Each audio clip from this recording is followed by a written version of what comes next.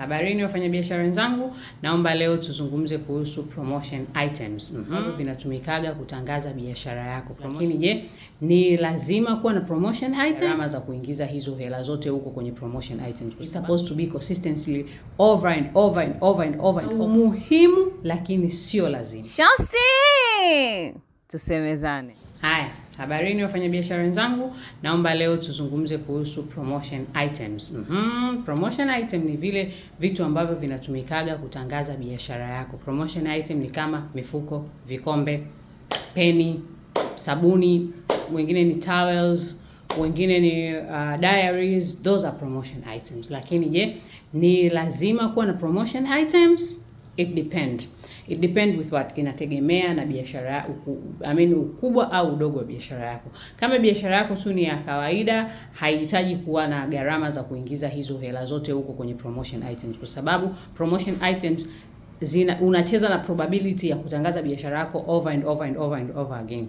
Mfano, mifuko inakuwa umeweka jina lako, namba za simu, logo na kadhalika na location ya biashara yako. Kwa hiyo, je, ni wangapi watakaoona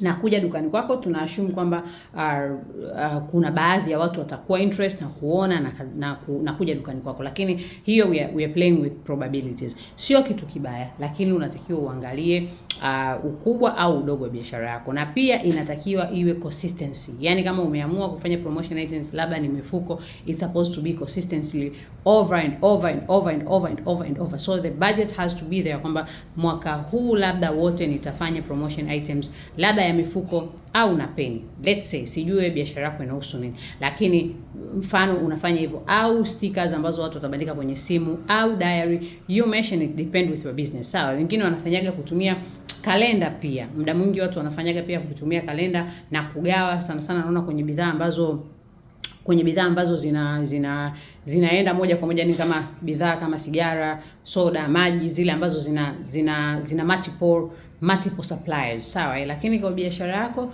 unatakiwa uangalie kitu gani ambacho wewe unaweza kuki afford ili uweze kufanya, ili uweze kuwa na promotion item. Is it necessary to the business? Yes, it is necessary. Is it must to the business? No, it's not must to the business, kwa sababu sio lazima,